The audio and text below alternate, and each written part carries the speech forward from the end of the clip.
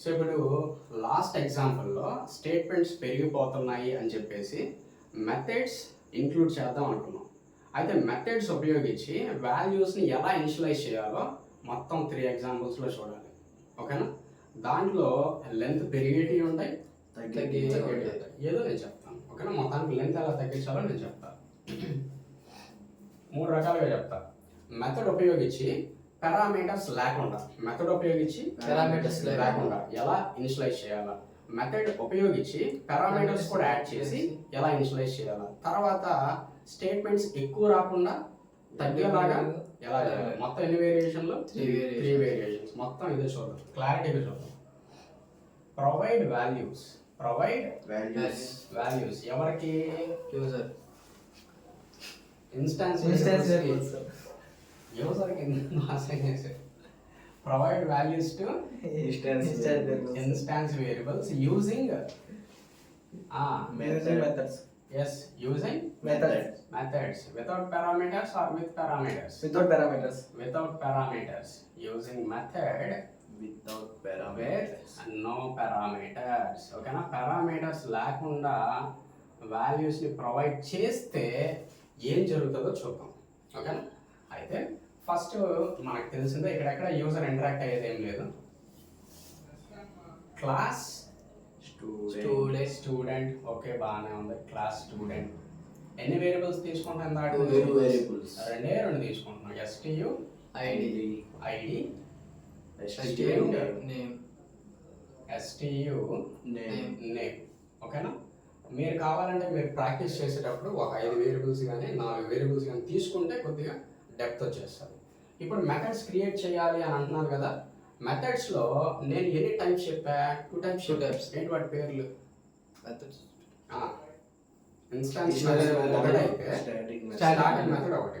ఇక్కడ మనం ఏ వేరియబుల్స్ గురించి మాట్లాడుతున్నాం? Instance variables. సో మీరు తీసుకునే మెథడ్ కూడా ప్రజెంట్ ఇన్స్టాన్స్ మెథడ్ తీసుకోవాలి. ఎందుకంటే ఇన్స్టాన్స్ వేరియబుల్స్కి వాల్యూస్ ఇచ్చే కరెక్ట్ ప్లేస్ ఏంటంటే instance method. So instance method అంటే స్టాటిక్ ఉపయోగించకుండా మీరు క్రియేట్ చేయాలి. Void create new student. Camel కేసులో నీట్గా రాసా కదా. ఎస్. తర్వాత పారామీటర్స్ లేవు. ఇన్స్టాన్స్ వేరియబుల్స్ని ఇన్స్టాన్స్ మెథడ్లో డైరెక్ట్ యాక్సెస్ చేయొచ్చా చేయకూడదా? చేయొచ్చు. ఎప్పుడు? అన్ని సేమ్ క్లాస్లో ఉన్నప్పుడు ఉన్నాయి కదా. So no problem. STU ID నేనేం చెప్పా? యూజర్తో ఇంటరాక్షన్ లేకుండా అని చెప్పిన, అవును కదా. So STU ID assigns to 1, STU name assigns to 2 Bhaskar. ID కాదు. ఓకే, క్లారిటీ కదా. అయితే మీరు వాల్యూస్ ఇవ్వడానికే కాదు, వాల్యూస్ని డిస్ప్లే చేయడానికి కూడా మెథడ్ని క్రియేట్ చేసుకోవచ్చు. నేను క్రియేట్ చేస్తున్నాను. ఓకేనా? రైట్. సో వాయిడ్ ఏంటిది? వాయిడ్ డిస్ప్లే స్టూడెంట్ ఇన్ఫో, లేదా డిస్ప్లే అని చెప్పేసి వదిలేస్తున్నాం. మీరు కావాలంటే మీనింగ్ఫుల్గా పెద్ద పేరు రాసుకోవచ్చు, నో ప్రాబ్లం. దీంట్లో ఏం రాస్తున్నానంటే సింపుల్గా system.out println STU ID plus concatenation plus STU name. అయితే ఈ ఎగ్జాంపుల్ని కొంచెం జాగ్రత్తగా మీరు అండర్స్టాండ్ చేసుకోవాలి. ఓకేనా? ఇక్కడ ఏం జరుగుతుందంటే ఇన్స్టాన్స్ వేరియబుల్స్ ఉన్నాయి. ఆల్మోస్ట్ ఫస్ట్ ఎగ్జాంపుల్లో ఉన్నాయి, సెకండ్ ఎగ్జాంపుల్లో కూడా ఉన్నాయి, ఇక్కడ కూడా ఉన్నాయి. డిఫరెన్స్ ఏంటంటే వాల్యూస్ ఇచ్చే స్టైల్ మారిపోయింది. స్టైల్ మారిపోయింది. సో ఇక్కడ ఏం జరిగింది? ఒక మెథడ్ ఉపయోగించి వాల్యూస్ని ఇచ్చే ప్రయత్నం చేస్తున్నాం. మెథడ్లో నేను యూజర్ దగ్గర నుంచి తీసుకున్నానా మనమే ఇస్తున్నాం? మనమే ఇస్తే వాటిని స్టాటిక్ ఇన్పుట్స్ అంటారు. యూజర్ ఇస్తే డైనమిక్ ఇన్పుట్స్ అంటారు. స్టాటిక్ ఇన్పుట్స్ అంటే మీరు 10 సార్లు రన్ చేసినా చేంజ్ అవ్వవు. డైనమిక్ ఇన్పుట్స్ అంటే 10 సార్లు 10 రకాలుగా యూజర్ ఇస్తాడు కాబట్టి మారుతూనే ఉంటాయి. Clarity.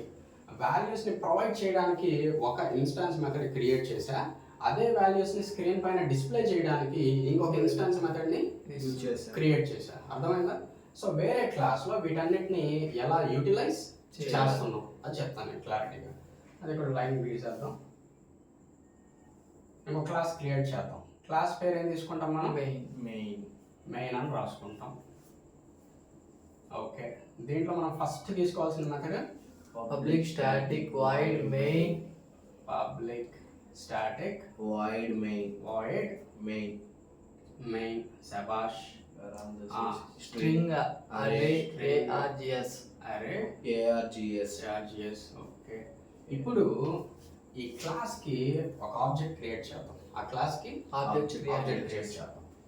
Student name student s S is equal to new S1 S1. ఒకవేళ ఇంకోటి కూడా క్రియేట్ చేయాలంటే S2 పెట్టుకుందాం. ఓకేనా? S1 new student student. అయితే నేను ఒక పాయింట్ అలవాటు చేస్తా ఉన్నా. ఒక ఆబ్జెక్ట్ క్రియేట్ అయినప్పుడు ఆబ్జెక్ట్ లోపల ఏముంటాయి అని చెప్తున్నా, ఇన్స్టాన్స్ వేరియబుల్స్ అంతేనా ఇంకేమైనా ఉంటాయని చెప్తున్నా. వాటిలో డిఫాల్ట్ వాల్యూస్ ఉంటాయి. అది ఓకే. ఇన్స్టాన్స్ వేరియబుల్స్ కాకుండా ఇంకేమైనా వజ్రాలు కానీ వైడూర్యాలు కానీ ఉంటాయని చెప్పానా? చెప్పలేదు కదా. ఇప్పుడు ఇంకో పాయింట్ చెప్పబోతున్నా. ఓకే, సో ఎప్పుడైతే ఒక ఆబ్జెక్ట్ ని మనం క్రియేట్ చేస్తామో, ఎప్పుడైతే ఒక ఆబ్జెక్ట్ క్రియేట్ చేస్తామో దాంట్లో ఇన్స్టాన్స్ వేరియబుల్స్ ఉంటాయి. ఓకే, నిజమే. ఇన్స్టాన్స్ వేరియబుల్స్ ఉంటాయి, వాటికి డిఫాల్ట్ వాల్యూస్ కూడా ఉంటాయి. నిజమే. వాటితో పాటు ఇంకేముంటాయి అని అడిగితే, ఒకవేళ మీరు క్రియేట్ చేసిన ఆబ్జెక్ట్ అది ఏ క్లాస్తో, ఆ క్లాస్లో వేరియబుల్స్ ఏమన్నా ఇన్స్టాన్స్ రెండు దాని లోపల ఉన్నాయా లేవా? ఉన్నాయి. రెండు ఉన్నాయి. వాటితో పాటుగా ఇన్స్టాన్స్ మెథడ్స్ ఉన్నాయి చూడండి. ఈ రెండు కూడా పోయి దాంట్లో క్రియేట్ అవుతాయి. సో ఇది కంప్లీట్ థింగ్. ఒక ఆబ్జెక్ట్ లో ఏమేమి స్టోర్ అవుతాయి అంటే, ఇప్పుడు క్లారిటీగా చెప్పాలి మీరు ఏమని. ఇన్స్టాన్స్ వేరియబుల్స్ వాటి డిఫాల్ట్ వాల్యూస్ అది ఓకే. వాటికి యూస్ చేసిన మెథడ్స్ ఇన్స్టాన్స్ యూస్ చేసిన మెథడ్స్ కాదు, Instance methods. Instance methods. అర్థమవుతుందా? ఒకవేళ స్టాటిక్ మెథడ్స్ ఉన్నాయనుకో దాని లోపల రావు. క్లారిటీగా Okay. ఒక ఆబ్జెక్ట్ లో ఏముంటాయంటే క్లియర్ ఒకటే పాయింట్ చెప్పండి, instance variables and instance methods default values అనే పదాన్ని మీరు మెన్షన్ చేయాల్సిన అవసరం లేదు. అది అందరికీ తెలిసిన విషయం. క్లారిటీగా ఇప్పుడు రెండు మెథడ్స్ పేర్లు ఇక్కడ రాసిన నీట్గా create new student create new student ఓకేనా? Why తర్వాత ఇంకో మెథడ్ ఏంటి? Display display. క్లారిటీగా ఇప్పుడు మీరు చెప్పండి, ఆబ్జెక్ట్ క్రియేట్ చేసినప్పుడు బై డిఫాల్ట్ గా ఇన్స్టాన్స్ వేరియబుల్స్ కి డిఫాల్ట్ వాల్యూస్ ఉన్నాయి. అది మనం ఎలా తెలుసుకోవాలంటే డిస్ప్లే చేసి తెలుసుకోవాలి. సో ఎలా డిస్ప్లే చేయాలంటే సిస్టమ్ డాట్ అవసరం లేదు, ఎందుకంటే నేను మెథడ్ క్రియేట్ చేశాను డిస్ప్లే చేయడానికి. దీన్ని కాల్ చేస్తే చాలు. ఏం పర్లేదు. S1 dot display. So S1 అనేది ఆబ్జెక్ట్ అయితే దాని లోపల డిస్ప్లే ఉందా లేదా? ఉంది సార్. కాల్ చేయొచ్చు, మీకు డిస్ప్లే అవుతాయి. ఏమనంటే 0, నల్ అని డిస్ప్లే అవుతుంది. అంటే మనం క్రియేట్ న్యూ స్టూడెంట్ లో వాల్యూస్ ఇచ్చున్నాం కదా, అవి రావా అంటే అది కాల్ చేసినప్పుడు వస్తాయి. అది కాల్ చేసినప్పుడు వస్తుంది. ఇంకా నేను కాల్ చేయలేదు కదా, మన క్రియేట్ display చేసినంత మాత్రం వాల్యూస్ రావు. ఆ మెథడ్ ఎగ్జిక్యూట్ చేసి అప్పుడే ఆ వాల్యూస్ వస్తాయి. ఇప్పుడు కాల్ చేద్దాం మనం S1 dot create new student. అది క్రియేట్ న్యూ స్టూడెంట్. ఇప్పుడు ఈ మెథడ్ ఎగ్జిక్యూట్ అవ్వద్దా? అవుతుంది సార్. అవుతుంది. కాబట్టి STUI ఇప్పుడు ఈ మెథడ్ ని కాల్ చేసింది ఏ ఆబ్జెక్ట్ ఉపయోగించింది? స్టూడెంట్. అది ఓకే. S1 అంటే ఇదే కదా. S1 సో S1 లో నీకు ఐడి 1 గా మారుతుంది, నేమ్ భాస్కర్ గా మారుతుంది. అర్థమైందా? అవి మారినాయా మారలేదా? ఎలాగైనా పెట్టాలి. మళ్ళా ఇంకొకసారి S1 డాట్ డిస్ప్లే అంటే మీకు స్క్రీన్ పైన టక్కమని చూపిస్తాయి 1 భాస్కర్. అర్థమైందా? అది matter. So create new student అని క్రియేట్ చేసుకున్నంత మాత్రాన మనకి వాల్యూస్ డిస్ప్లే అవ్వవు, వాల్యూస్ అసైన్ అవ్వు. దాన్ని కాల్ చేసి ఎగ్జిక్యూట్ చేస్తేనే వాల్యూస్ వస్తాయి. ఇప్పుడు స్టూడెంట్ S2 క్రియేట్ చేద్దాం. Student S2 assigns to new student. ఇంకొక ఆబ్జెక్ట్ క్రియేట్ చేశారు. సరే, ఆబ్జెక్ట్ క్రియేట్ అయింది. ఏం జరుగుతుందో మనకి తెలుసు. ఆబ్జెక్ట్ క్రియేట్ అయినప్పుడు ఏం జరుగుతుంది? దాంట్లో instance variables and instance methods ఉంటాయి, క్రియేట్ అవుతాయి. సో ఇన్స్టాన్స్ వేరియబుల్స్ అంటే STU ID assigns to 0. STU name అంటే బై డిఫాల్ట్ గా నల్. మెథడ్స్ అంటే ఏం క్రియేట్ అవుతాయి? Create new student display. Clarity కదా? క్రియేట్ న్యూ స్టూడెంట్ ఉంది కదా, 0 నల్ ఎందుకు ఉన్నాయి? ఎగ్జిక్యూట్ కాలేదు. సో దీనికి కూడా 0 నల్ ఉన్నాయని ప్రూఫ్ ఏంటంటే మళ్ళా S2 డాట్ డిస్ప్లే అని కాల్ చేయండి, మీకు 0 నల్ నీట్గా చూపిస్తుంది. ఓకే, తర్వాత వచ్చేసి s2 dot create. New student. ఇప్పుడు ఈ మెథడ్ కాల్ అయింది ఏ ఆబ్జెక్ట్ ఉపయోగించి. S2. సో s2లో ఈ అప్డేట్ అవుతాయి, s2లో అప్డేట్ అవుతాయి. అయితే మనం మారుతాయి అంటే ఏం మారదు, 1 వస్తుంది, మళ్ళీ నేమ్ భాస్కరే వస్తుంది. భాస్కరే వస్తుంది. అవేనా కాదా చూసుకోవాలంటే s2 డాట్ Display. డిస్ప్లే అని కొట్టేసామంటే అవి వచ్చేస్తాయి 1, భాస్కర్. భాస్కర్. సరే, మెథడ్స్ ఉపయోగించి ఇన్స్టాన్స్ వేరియబుల్స్కి వాల్యూస్ ఇచ్చేది తెలిసింది, కానీ దీంట్లో డ్రాబ్యాక్ ఉంది. ఏంటది డ్రాబ్యాక్ ఉంది? మెథడ్స్ ఉపయోగించి వాల్యూస్ ఎలా ఇవ్వాలో తెలుసుకుందాం పారామీటర్స్ లేకుండా. అయితే దీంట్లో డ్రాబ్యాక్ ఏంటి? ప్రతి ఆబ్జెక్ట్ కి మనం వాల్యూస్ ఇవ్వాలి. ప్రతి ఆబ్జెక్ట్కి మనం వాల్యూస్ ఇవ్వాలి అంటే నువ్వు వాల్యూస్ ఇవ్వవా? ఇవ్వాలి సార్. ఇవ్వాలి కదా, ప్రతి ఆబ్జెక్ట్కి వాల్యూస్ ఎలాగోలా ఇవ్వాలి. కానీ ఆ వాల్యూస్ ఎలా ఉండాలంటే నీ ఫోన్ నెంబరు నా ఫోన్ నెంబర్ ఎలాగైతే డిఫరెంట్గా ఉన్నాయో అదే విధంగా ప్రతి ఆబ్జెక్ట్కి సంబంధించిన వాల్యూస్ కూడా డిఫరెంట్ గా ఇవ్వాలి. ఇక్కడ ఎలా ఉన్నాయి?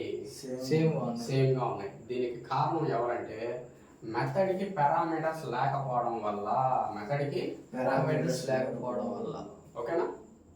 సో ఒక మెథడ్కి పారామీటర్స్ లేకపోతే ఏం జరుగుతుందంటే మీరు 100 ఆబ్జెక్ట్లు క్రియేట్ చేసినా కూడా సేమ్ వాల్యూస్. అవన్నీ సేమ్ వాల్యూస్నే కలిగి ఉంటాయి. అది కరెక్టా? కాదు. అర్థమవుతుందా? సో స్టూడెంట్స్ ఇద్దరు ఉన్నప్పుడు ఇద్దరికి ఐడీలు ఎలా ఉండాలి? స్టూడెంట్స్ ఇద్దరు ఉన్నప్పుడు వాటి నేమ్స్ ఎలా ఉండాలి? డిఫరెంట్ గా ఉండాలి. ఇద్దరు స్టూడెంట్స్ కి కాంటాక్ట్ నెంబర్లు ఎలా ఉండాలి? డిఫరెంట్ గా ఉండాలి. కానీ ఈ ఎగ్జాంపుల్ ఏం జరిగింది? సేమ్ గా ఉన్నాయి. సేమ్ గా ఉన్నాయి. ఏ రీజన్ వల్ల? పారామీటర్స్ లేకపోవడం వల్ల. అంటే నెక్స్ట్ ఎగ్జాంపుల్ ఏమై ఉంటుంది? పారామీటర్స్ ఉండడం వల్ల. తీసుకోవడం వల్ల ఏం జరుగుతుంది? డిఫరెంట్ వాల్యూస్ వస్తాయి. అది నెక్స్ట్ స్టెప్ అవుతుంది. అర్థమైందా? సో మెథడ్స్ ఉపయోగించి ఇన్స్టాన్స్ వేరియబుల్స్ కి వాల్యూస్ ఇవ్వచ్చు పారామీటర్స్ లేకుండా. ఏం జరుగుతుంది? ఎన్ని ఆబ్జెక్టులు క్రియేట్ చేస్తే అన్ని ఆబ్జెక్టులకి సేమ్ వాల్యూస్ వస్తాయి. అలా రాకుండా ఉండాలంటే చిన్న మాడిఫికేషన్ చేస్తాం. ఏంటది? పారామీటర్స్ తీసుకోవాలి. ఎన్ని తీసుకోవాలి అనేది నెక్స్ట్ ఎగ్జాంపుల్లో క్లారిటీగా చెప్పేస్తాను. నేను స్టార్ట్ చేస్తాను.